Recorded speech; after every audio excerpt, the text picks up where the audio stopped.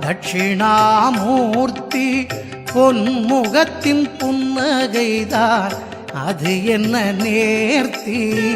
தலைமேல் கரம் குவித்து வடதிசை நோக்கி தண்டனிட்டு வணங்கிய பின் சாற்றினேன் போற்றி. தென்முகத்து தெய்வம் யார்?